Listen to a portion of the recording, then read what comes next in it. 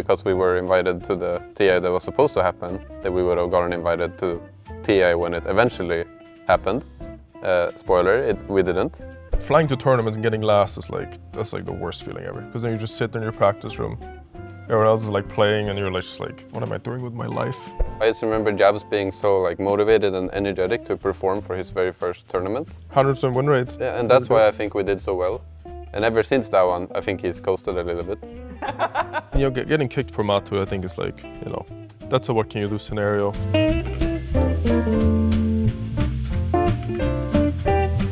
For our next chapter, we got two new faces. We got Jabbz and Qojqva joining us together with Boxi still here. And I want to dive right in because Qojqva, we just heard the beef between Insania and Boxi. It was a little while ago, obviously, but how do you, because you remember that.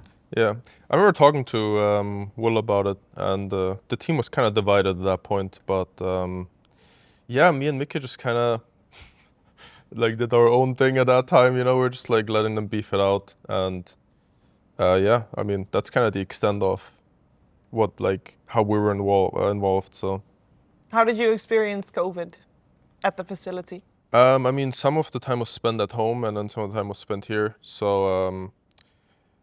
We were here for a very long time.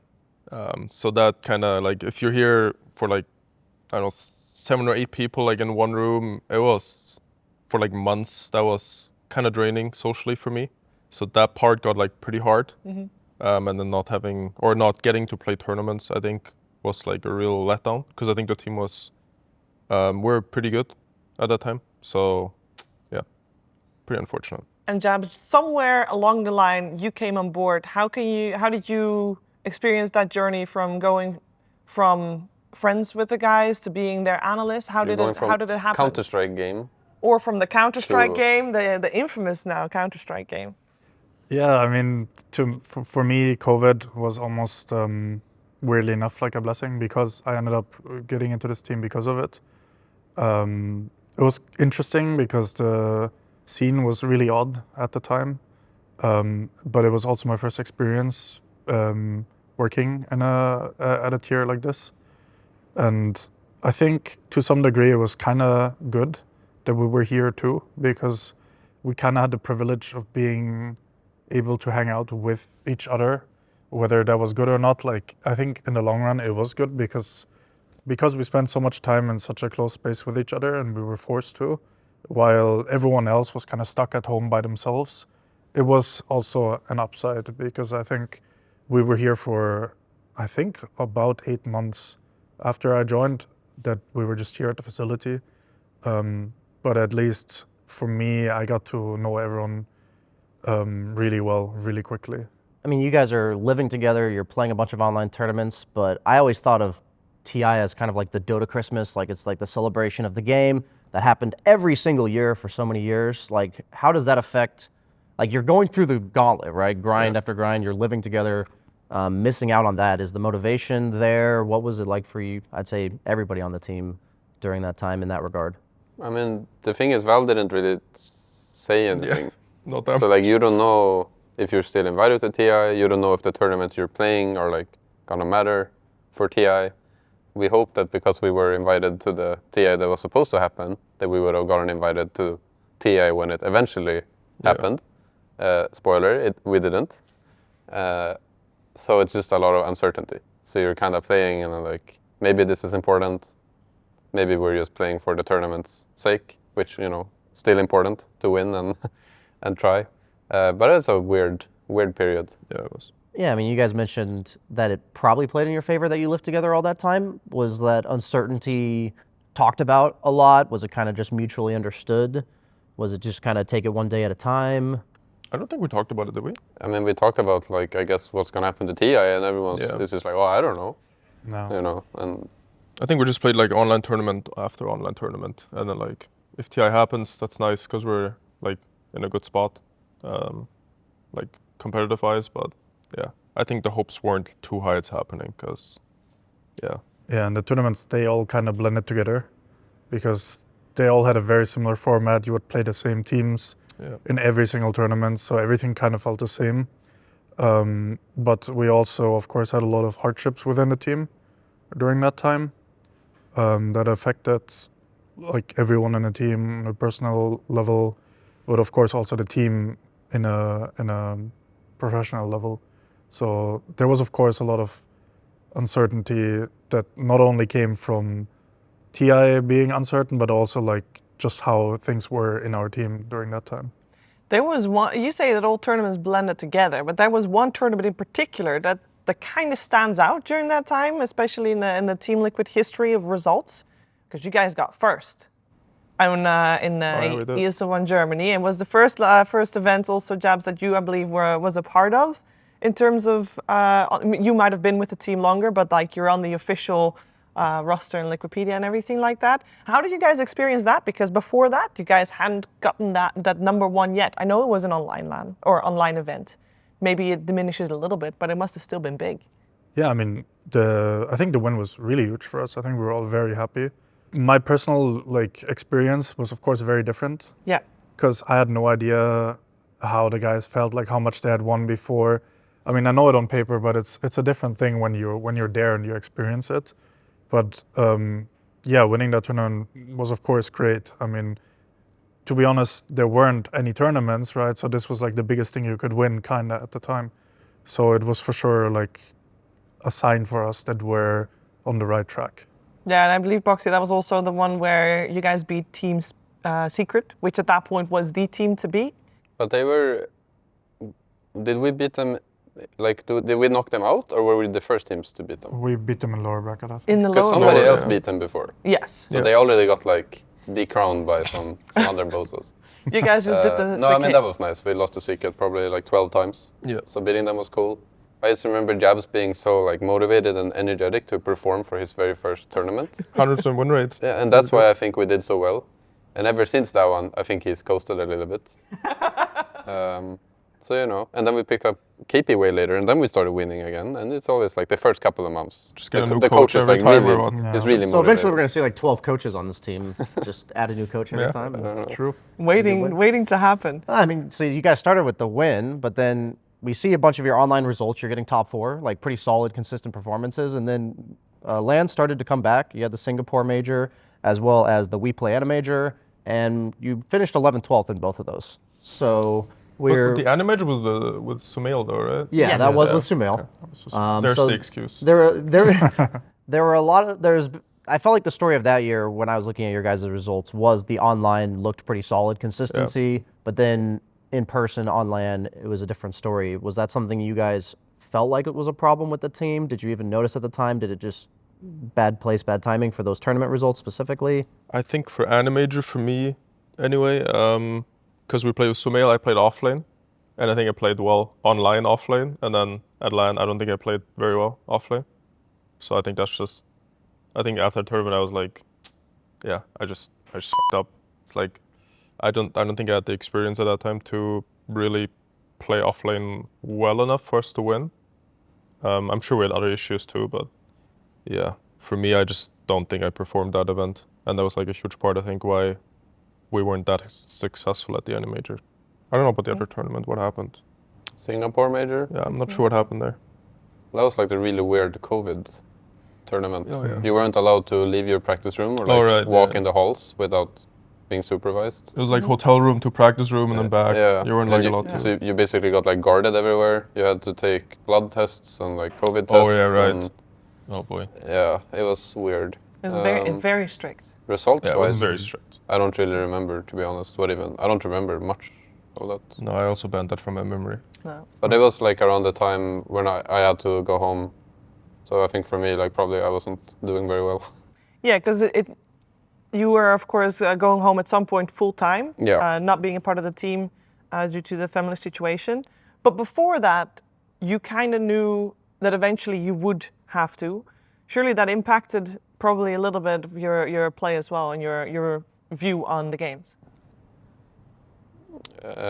Or you feel like that wasn't the case? I mean, I think what impacts like performance my view in the games was like the fact that my mom was really sick and not so much that like, oh, I'm gonna have to like stop playing. It's more like just like I guess the mental load. Mm-hmm. How do you feel like the team dealt with it? Because you guys just spent literally 8 months, you know, together through hardships, maybe becoming more close with the squad as well. I mean, I don't know. I think that time was really rough on everyone. We felt, of course, really terrible for Boxi, and I don't think anyone had any expectations that he needed to perform or anything. To me, that part of our team was kind of, yeah, I mean, it was rough for everyone. I think when the players and when I first heard about the situation, it was very hard on us because, of course, we wanted him to take as much time as he needed. And I think in situations like that, it is very hard to stay focused and play your best game. So Singapore Major was already, it was hard. I wasn't there either because we weren't allowed to have more than 7 people because of COVID restrictions. But yeah, it was mostly like we're trying our best to do what the situation that we were in. And then for the ANA Major, it was more so we qualified, but you know, we had a completely different roster. He wasn't playing his role. It was like kind of impossible to perform. I think the fact that we almost made it out of groups. I think, did we make it out of groups? I don't No, you lost in. Yeah, we like barely lost to Team Spirit in the tiebreaker, I think, and that was when they were just becoming good. I think it mostly came down to the fact that we were taking care of our team first, more so than, yeah, it was just too hard to perform, I'd say. I mean, I think of you guys as one of the few teams that really stuck with their roster for such a long time, and I feel like a lot of Dota teams would have maybe taken that as an opportunity where you get somebody like Sumail, maybe he's a long-term replacement, but it seems like from what we understood, the entirety of it was Boxi, take the time that you need. When you're ready to come back, we're here for you. Was that your guys' experience? Did we even heard about Boxi and Insania beefing just the year before. I feel like that's even an amazing opportunity if that was a problem to get rid of it. So like what happened between the beefing time and the time that Boxi had to take a break that changed that? I'd say, like, why is that loyalty there? What's different about this team? I don't think anything changed. I think it was always how our team worked, and yeah, maybe they were beefing or whatnot, but at the end of the day, our roster was our roster. And I remember in Kiev, speaking to William, the whole discussion about like, okay, Sumail is on our team, Boxi wants to come back, and he made very clear, yes, Boxi is coming back, and it doesn't matter like what happens, like there's no discussion about it, because he's part of the team, and like just because like these awful things happened to him, doesn't mean that now we would change anything up. And like I fully agreed, and yeah, maybe we didn't have the greatest results for a little bit, but to us it was important that yeah, it's a long-term project and people should feel like safe and secure on the team, and it's just the right thing to do, you know. So that's kind of how we ended up deciding on that.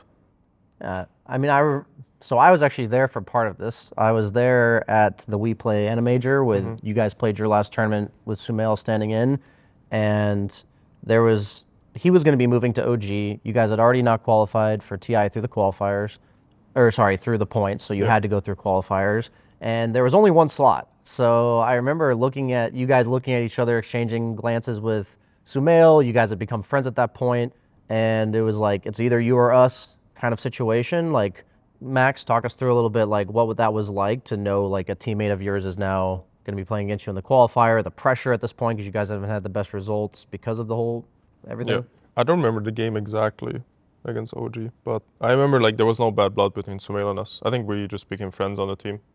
I thought Sumail was like this cocky kid before I played with him, but he ended up being like super nice and like just super receptive to criticism as well, and just like very open to like doing whatever it takes to win, which I thought was like really nice. I think he was a really good teammate when we had him in Liquid, so I was like really pleasantly surprised playing with him and just enjoyed him, like hang out with him as a person too.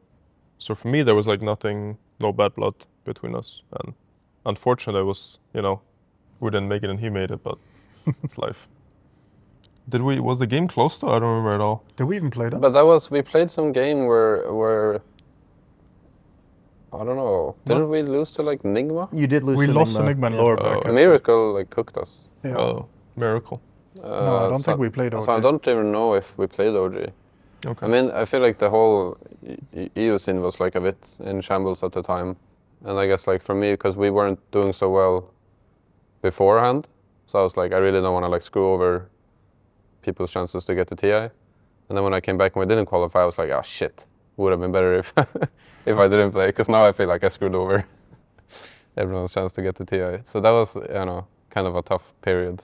That was rough. Yeah, Yeah. especially considering the fact that during that time, if you didn't make it to, was it top 9 at a major? Or if you didn't breach top 9 at a major, you didn't get points nor prize money. You didn't get anything at that time. So I want to talk a little bit about during that time, because obviously it's a shit period, guys. I mean, for obvious reasons.